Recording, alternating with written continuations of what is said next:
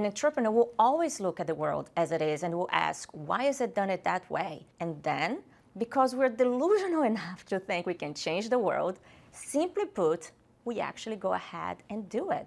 We change things. We make them our way, just like someone before us made it their way. And hopefully, we make things better. If you're a woman in tech and you're wondering if you're ready to apply for Title for Women, remember, you already don't have it. Just apply, go for it. There is a quote that I love, attributed to the poet Erin Hansen, and it says, "What if I fail? But, oh my darling, what if you fly?" We live online, we buy online, we decide online. The cell phone has truly become an extension of our hands. We've merged with technology and we didn't even realize it. And that's why it is so important for women to have a strong presence in tech right now. Jeffrey Hinton, known as the godfather of AI because of his pioneering work on artificial neural networks and deep learning, the core technologies that make modern AI possible, the same man who quit his corporate job to warn humanity about the threats of machines that could soon outthink humans, said at a recent conference that AI's potential threat to humanity could be mitigated by giving it a maternal instinct.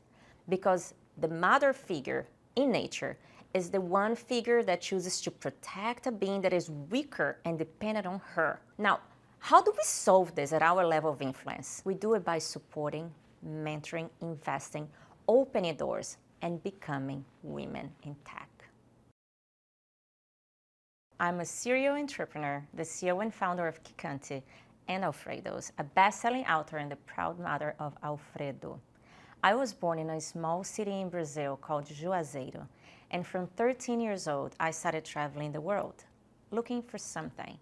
And I would say that I'm still searching. And I think that's the line connecting all of us entrepreneurs.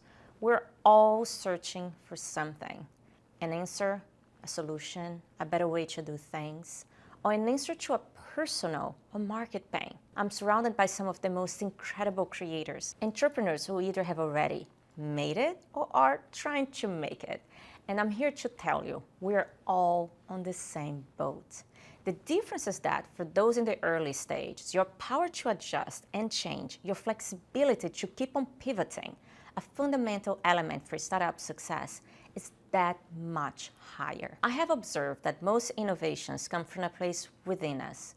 It's a seed planted from a place of pain. Something happened to me or someone that I love, and I need to do something about it. A place of questioning, something is done in a certain way, and you see things differently, and that bothers you.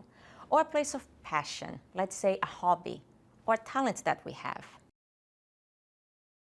I started to explore tech at only 16 years old. There was an online newspaper for universities in Canada, a French startup planning international expansion in Paris, and also at the World Trade Center Association, the famous Twin Towers in New York City, reviewing their online university. My first tech startup is Kickante. It came from a place of pain. I was working in corporate, helping some of the biggest international nonprofits, raising hundreds of millions a year. And one day, while visiting a small nonprofit in Asia, I saw this small girl sleeping on the floor near our meeting table. And suddenly a rat passed by her and no one budged. And that's when I realized that while I was doing a good job, I was simply not doing enough. In my corporate role, I could not help the smaller nonprofits because in the traditional fundraising models, you need to spend money to raise funds. That's when I launched crowdfunding in my native country, Brazil, while living in the Netherlands. A way for people that needed funds to raise them without having to take anything away from the very same people they're so desperately trying to help. A decade after that, I launched Alfredo's. Alfredo's came from a place of questioning. How can I help companies and international organizations with access to thousands, millions of people influence society for good? Alfredo's is a tech innovation agency in New York City focused on solving complex issues in a simple way. All the work I've done so far has been about impact. And that's because I have observed that the slightest action to impact the world can truly change the course of humanity forever. That alone is the driving force shaping the work that I do. Impacting the world in a positive way has always been the reason for me. An entrepreneur will always look at the world as it is and will ask, why is it done it that way? Be it for a new product that we want to sell, a service our startup is offering, or a problem that we want to solve. We always ask why, and then, because we're delusional enough to think we can change the world, simply put, we actually go ahead and do it. We change things. We make them our way, just like someone before us made it their way. And hopefully, we make things better. It is wrong to say that men do not have challenges when becoming an entrepreneur. I have so many male friends in tech, and it's so hard for them. And it is way harder for women. Now, imagine that. The two key components for entrepreneurial success are funding and network. And we women just do not play the same game as men when it comes to these two metrics.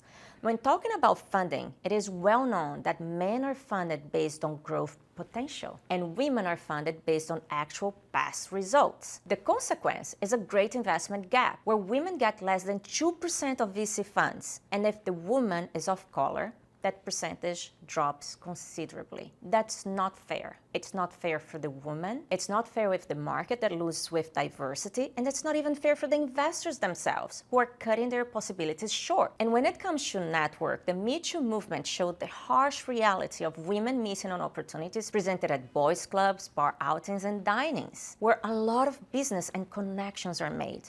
So how do we overcome that? How do we support women in a business environment that was just not built for them? By creating safe havens as startup for women, where women can prosper, where opportunity meets community, where funding meets mentorship, where visibility meets real networking.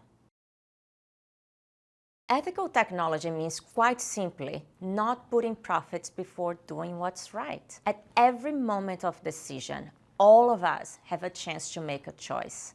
And especially under pressure, ethical technology means transparency of data usage, fulfillment of commercial promises, and honest storytelling.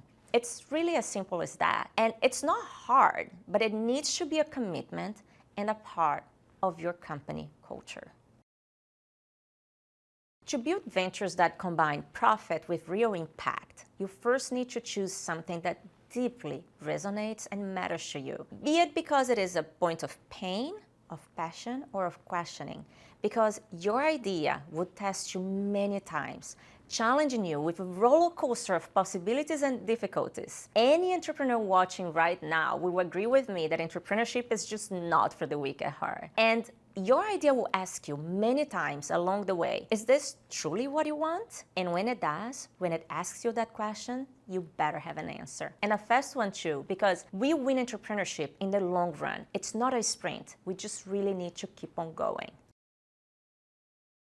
If you're a woman in tech and you're wondering if you're ready to apply for Startup for Women, remember, you already don't have it. Just apply, go for it.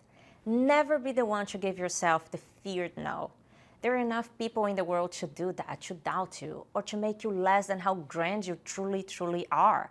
Don't be that person for yourself. There is a quote that I love, attributed to the poet Erin Hansen, and it says, "What if I fail? But, oh my darling, what if you fly?" So apply today, apply right now. Go all in for yourself, because the world, it really desperately needs it.